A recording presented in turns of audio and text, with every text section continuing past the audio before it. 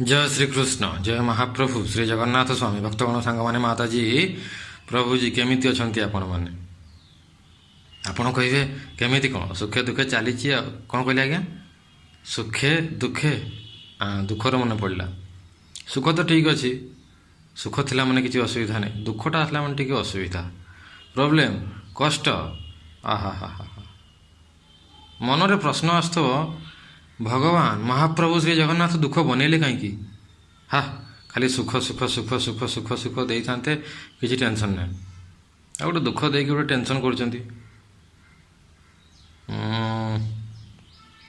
आपन कौन भल लगे मिठा खाया भल लगे रसगोला ओडावासी माने पहाड़ रसगोला तो हम निश्चित भाव में रसगोला आपण मानक समस्त भल लगुव किंतु आज्ञा आपण रसगोला खायापी जी आ खाई चली रसगोला अरे एबे नुह आपन को दिन दिहब रसगोला डेली दिहब रसगोला दैनिक दिहब रसगोला आप कौन कहे रहबे खाली रसगोला अरे पसंद लगे बोली कौन सब बड़े खाइबी तुम पा रसगोला बहुत पसंद कर अरे पसंद लगे बोली कौन दिन रसगोला खाइबी टी चेंज करवा आचार टी हो तेंतुल टी हो से मीठा मीठा मीठा मीठा मीठा मीठार टेस्ट कौन भल लगे स्वामी स्त्री भितर आपड़ कहे खाली भल पाइबा भल पाइबा भल पाइबा हम माता पिता भितर केवल भल पाइबा भल पाइबा भल पाइबा हम भाई भौणी भितर केवल भल पाइबा हम गुरु आ शिष्य भितर केवल भल पाइबा हम टी मतांतर हम नहीं झगड़ा हम नहीं ताले से संपर्कटा चलो केमती आगे आपड़ कहे 24 कैरेट सुना दरकार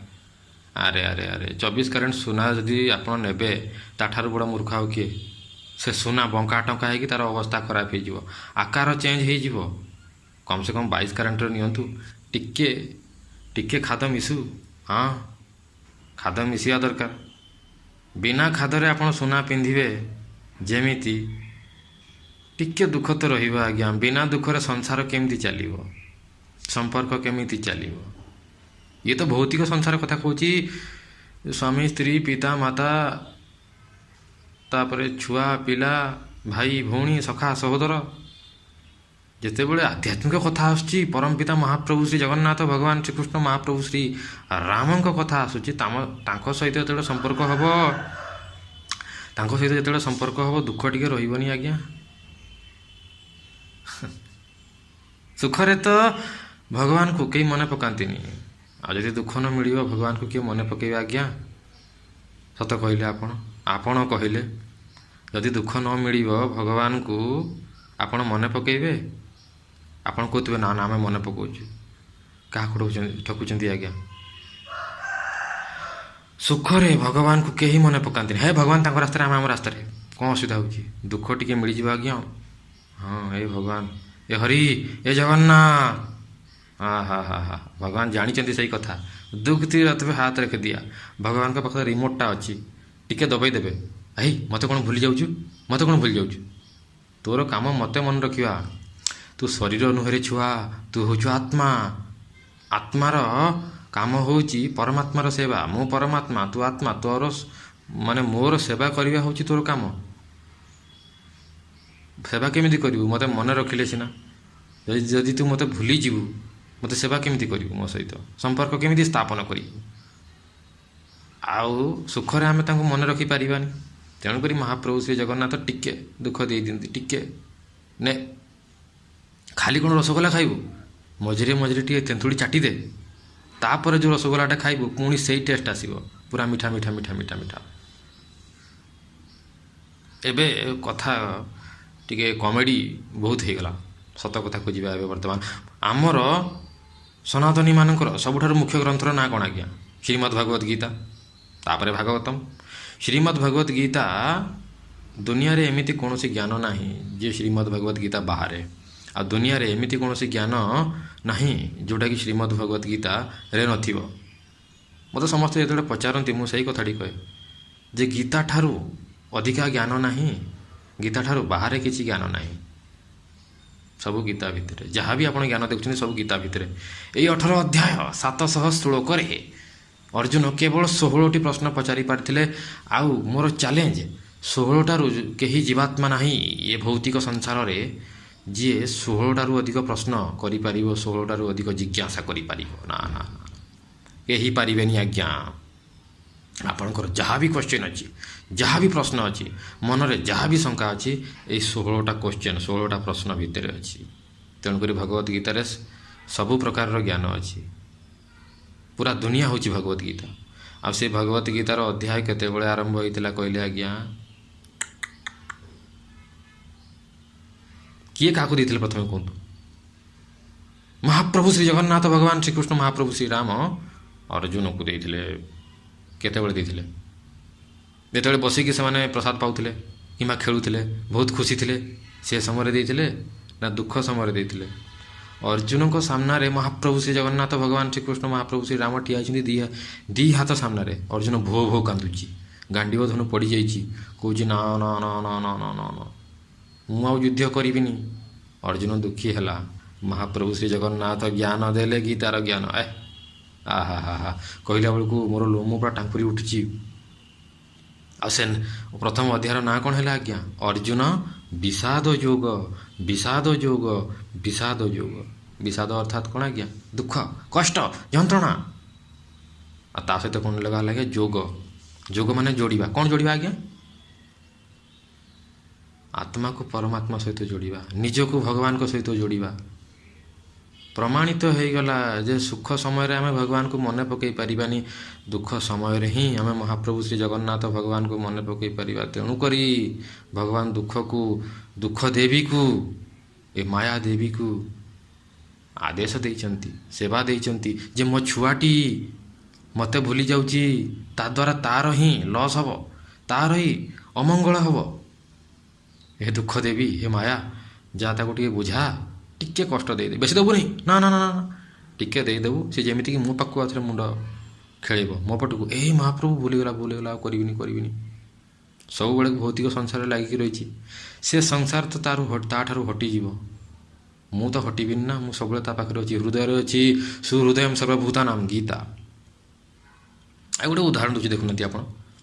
ଗୋଟେ ଛୋଟ ଛୁଆଟି ଖେଳୁଛି, ତାଙ୍କ ସାଙ୍ଗମାନଙ୍କ ସହିତ ଖେଳୁଛି।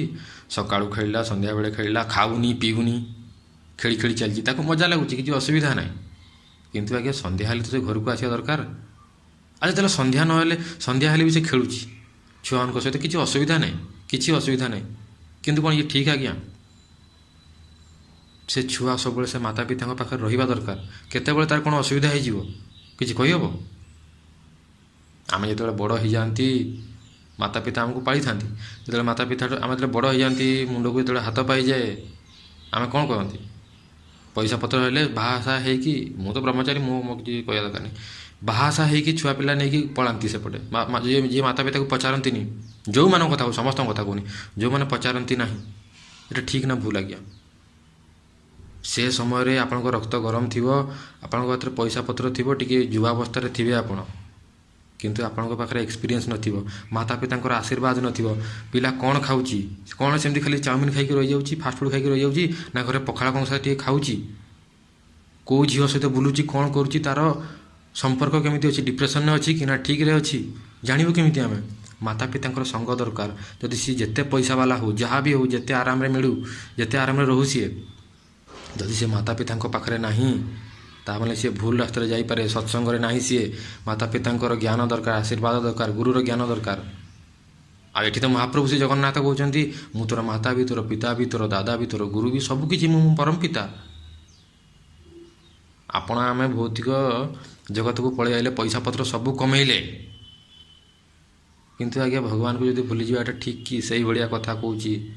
ଆମର ନୈତିକତା ହ୍ରାସ ହେଇଯିବ, ଚାରିତ୍ରିକ ସ୍ଖଳନ ହେଇଯିବ, ଠିକ୍ ଲାଗିବନି ଆଜ୍ଞା। ମହାପ୍ରଭୁଙ୍କ ପୁଅ ହେଇକି ଆମେ ଏସବୁ କାମ କରିବା? ଜଗନ୍ନାଥରୁ ଦୂରେଇକି ଆମେ କ'ଣ ବା କରିପାରିବା? ମହାପ୍ରଭୁ ଏ ହୃଦୟରେ ଅଛନ୍ତି। ସୁହୃଦୟଂ ସର୍ବଭୂତାନାଂ ଗୀତା ବାରମ୍ବାର କହୁଛି। ଆମେ ସିନା ଭୁଲିଗଲେ, ମହାପ୍ରଭୁ ଆମକୁ ଭୁଲନ୍ତିନି। ଆମେ ପିମ୍ପୁଡ଼ିଟିଏ ହେଇଥିଲେ ବି ଆମ ହୃଦୟରେ ସେ ଥାଆନ୍ତି, ଆମେ ଗଛଟିଏ ହେଇଥିଲେ ବି ଆମ ହୃଦୟରେ ସେ ଥାଆନ୍ତି, ଆମ ଭିତରେ ସେ ଥାଆନ୍ତି। ଦେବୀ ଦେବତା ହେଇଥିଲେ ଆମ ଭିତରେ ସେ ଥାଆନ୍ତି, ରାକ୍ଷସଟେ ହେଇଥିଲେ ଆମ ଭିତରେ ସେ ଥାଆନ୍ତି। ବଳାତ୍କାର କରୁଥିବା ସମୟରେ ବି ମହାପ୍ରଭୁ ଶ୍ରୀ ଜଗନ୍ନାଥ ଆମ ଭିତରେ ଥାଆନ୍ତି। କରନି ଛୁଆ, ଏସବୁ କରନି, କିନ୍ତୁ ଆମେ କ'ଣ କରନ୍ତି ଆଜ୍ଞା? ଏଇ ମାୟାର ବଶବର୍ତ୍ତୀ ହେଇ, ମାୟାର ବଶବର୍ତ୍ତୀ ହେଇ। ତେଣୁକରି ଗୀତାର ଜ୍ଞାନ ନିଅନ୍ତୁ। ମୁଁ ସତ୍ର ଆରମ୍ଭ କରିଛି। ମହାପ୍ରଭୁ ଶ୍ରୀ ଜଗନ୍ନାଥ ଭଗବାନ ଶ୍ରୀକୃଷ୍ଣ ଯାହା କହୁଛନ୍ତି, ତାଙ୍କର ମୁଖ ନିଃସୃତ ବାଣୀ ଆପଣଙ୍କ ସାମ୍ନାରେ ମୌଳିକ ରୂପରେ ରଖୁଛି। ୟାକୁ ଜୀବନରେ ଲଗାନ୍ତୁ, ସତ୍ର ତ ଆରମ୍ଭରେ ହେଇଯାଇଛି, ଆମେ ଦ୍ୱିତୀୟ ଅଧ୍ୟାୟରେ ଚାଲିଛେ ବର୍ତ୍ତମାନ ସାଂଖ୍ୟ ଯୋଗ। ଆଜି ଯଦି କି କାଲି ମୁଁ ଶ୍ଲୋକ ଅପଲୋଡ଼ କରିପାରେ, ସିଏ ହେଉଛି ଆମର ବାସାଂଶ ହିଁ ଜୀର୍ଣାନି ଯଥା ବିହାୟ, ଯେଉଁଟା ଆମର ଶରୀରକୁ ପୋଷାକ ଭଳି ସେ ଦେଖିଛନ୍ତି। ଆହା ହା କେଡ଼େ ସୁନ୍ଦର, ମୋର ଫେଭରାଇଟ୍ ଶ୍ଲୋକ ଭିତରୁ ସେ ଗୋଟିଏ। ଯୋଡ଼ି ରୁହନ୍ତୁ ମୋ ସହିତ, ବଢ଼ିଆ ଲାଗିବ। ବୁଝିପାରିଲେ ଆଜ୍ଞା ଯେ ଦୁଃଖ କାହିଁକି ରଖାହେଇଛି? ଦୁଃଖ ଏଇଥିପାଇଁ ରଖାହେଇଛି ଯେ ଆମେ ଭଗବାନ ଠାରୁ ଦୂରେଇ ଯିବା ନାହିଁ। ଯଦି ଆମେ ଭଗବାନ ଠାରୁ ଦୂରେଇ ଯିବା, ଆମର ଚାରିତ୍ରିକ ସ୍ଖଳନ ଘଟିବ, ଆମର ଡିପ୍ରେସନ୍ ହେଇଯିବ।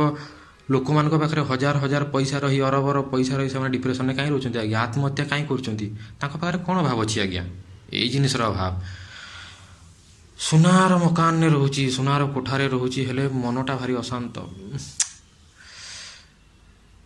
ଟାବଲେଟ୍ ଖାଇକି, ନିଦ ମେଡ଼ିସିନ ଖାଇକି 2 ଘଣ୍ଟା ସିଏ ଆରାମରେ ଶୋଇପାରୁଛି। କ'ଣ ପାଇଁ?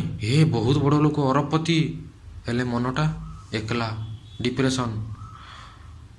ଭଗବାନଙ୍କର ସଙ୍ଗ ନାହିଁ, ସତ୍ସଙ୍ଗ ନାହିଁ, ସାଧୁ ସଙ୍ଗ ନାହିଁ, ଗୁରୁ ସଙ୍ଗ ନାହିଁ, ମାତା ପିତାଙ୍କର ସଙ୍ଗ ନାହିଁ, ଏକଲା ରହୁଛି, ଡିପ୍ରେସନ୍, ଆତ୍ମହତ୍ୟା ହେବ। ଆଉ କ'ଣ କରିପାରିବା ଆଜ୍ଞା? ମହାପ୍ରଭୁ ଜାଣିଛନ୍ତି, ମହାପ୍ରଭୁকে ଦୁଃଖରେ ରଖିବାକୁ ଚାହିଁବେନି ଆମକୁ।